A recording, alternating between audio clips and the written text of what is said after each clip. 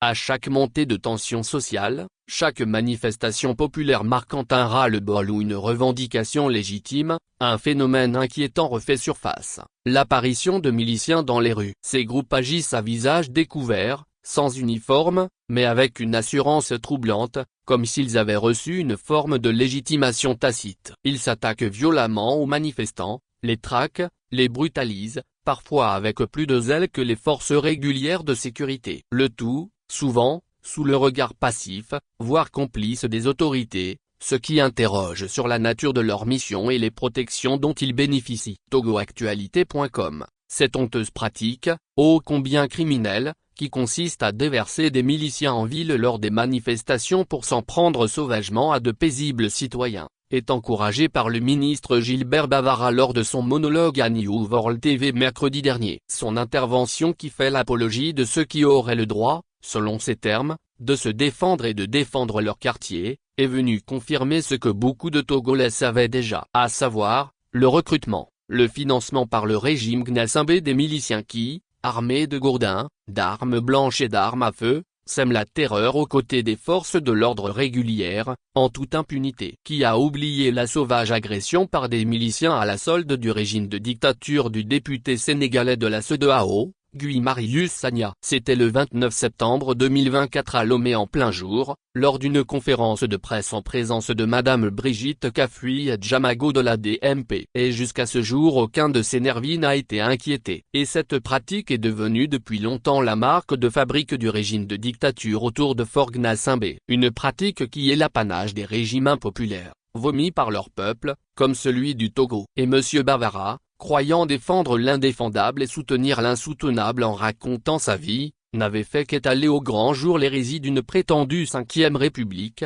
surtout l'incompétence et le caractère effacé de son chef Fort Gnassingbé. Et comme d'habitude, après la première journée de manifestation des jeunes Togolais et Togolaises, jeudi 26 juin 2025, pour dénoncer la mauvaise gouvernance faite de crimes humains, de malversations financières, du manque d'un début de développement, et surtout pour demander à Fort Gnassingbé et à sa clique de débarrasser le plancher. On compte malheureusement de nombreuses victimes des répressions sauvages des forces dites de l'ordre et des miliciens à la solde de certains barons autour du dictateur Gilbert Bavara qui parlait au nom du gouvernement sortant et qui se faisait sur toute l'avocat du diable pour défendre Fort Gnassingbé, pourtant irrémédiablement perdu, avait averti et menaçait tous ceux qui seraient tentés de suivre le mot d'ordre de manifester né sur les réseaux sociaux et ces menaces furent effectivement mises à exécution. On voit donc que la stratégie de la terreur et de l'impunité qui a toujours maintenu ce régime en place, à défaut de la légalité et de la légitimité qu'il n'a pas,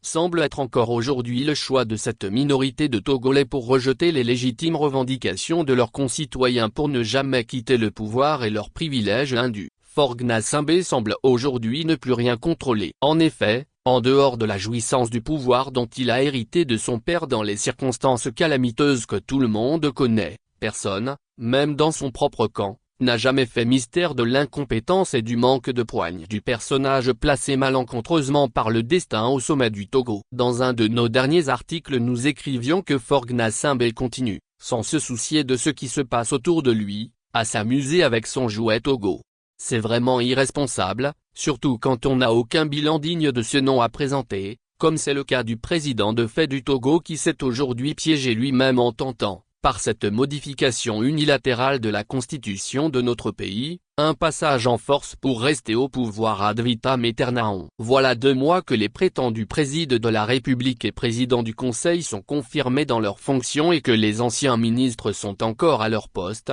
parce qu'un nouveau gouvernement n'est pas encore formé. Qu'est-ce qui peut expliquer ce retard dans la formation d'une nouvelle équipe gouvernementale, si ce n'est le fait que Fort Gnassingbé ne sait vraiment plus ce qu'il fait? Malgré les sornettes avancées par Gilbert Bavara pour tenter d'expliquer et d'embellir la malheureuse stagnation dans la conduite de la nation, en dehors du fait que les Togolais soient habitués que leur premier responsable ne s'adresse jamais à eux, le silence et l'absence du président du Conseil, après la mascarade constitutionnelle, saute encore plus aux yeux car c'est le moment où tout observateur s'attend à ce que Fort Gnassingbé soit plus présent sur l'échiquier national, et surtout sur les médias, pour essayer d'expliquer et de convaincre ses concitoyens qui le contestent de plus en plus. Élu à 86 ans, Jean-Lucien Savy de Tové, le supposé président de la République, pressenti pour inaugurer les chrysanthèmes, est porté disparu à peine revenu des cérémonies de prestation de serment. Les deux premiers responsables du Togo sont aux abonnés absents, le pays est sans gouvernement depuis 2 mois,